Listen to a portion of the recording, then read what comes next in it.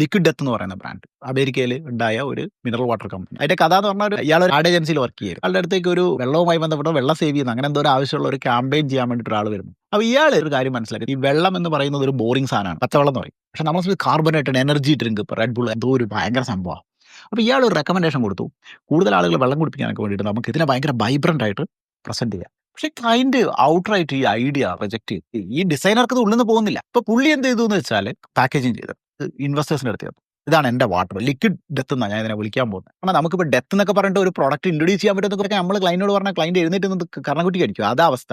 ഈ പ്രൊഡക്റ്റ് ഉണ്ടാക്കിയിട്ടും സംഭവം നടക്കുന്നില്ല. പുള്ളി ഒരു കാര്യം ചെയ്തു, പുള്ളി ഒരു പരസ്യം ഉണ്ടാക്കി. ഒരു ത്രില്ലർ മൂവിയിൽ ഒരു പെൺകുട്ടി ഇങ്ങനെ നിന്നിട്ട് ഇങ്ങനെ വെള്ളം ഒഴിക്കുന്നു. ലാസ്റ്റ് കാണുമ്പോൾ ഈ ഒരാളുടെ വായി ഇങ്ങനെ കൂട്ടിക്കിട്ട് അതിലേക്ക് ഇങ്ങനെ വെള്ളം ഒഴിച്ചു കൊടുക്കുക. ഇതാണ് എന്റെ സ്റ്റോറി ലൈൻ. ഇതാണ് ഈ പരസ്യമാണ് കയറിയിട്ട് വൈറലായി. ലിക്വിഡ് ഡെത്ത് ബാമ്പ ഹിറ്റായി. അതിന്റെ ടാഗ് ലൈൻ ഭയങ്കര രസമാണ്. മർഡർ തേഴ്സ്റ്റ് എന്നാണ് ഇതിന്റെ ടാഗ് ലൈൻ. ഇന്ന് അതായത് ഒരു തരത്തിലും ഒരാളും അക്സെപ്റ്റ് ചെയ്യാതിരുന്ന സാധാരണ വെള്ളം കുറഞ്ഞ മാസം കൊണ്ട് 1.4 ബില്യൺ ബിസിനസ് ചെയ്യുന്ന അവസ്ഥ.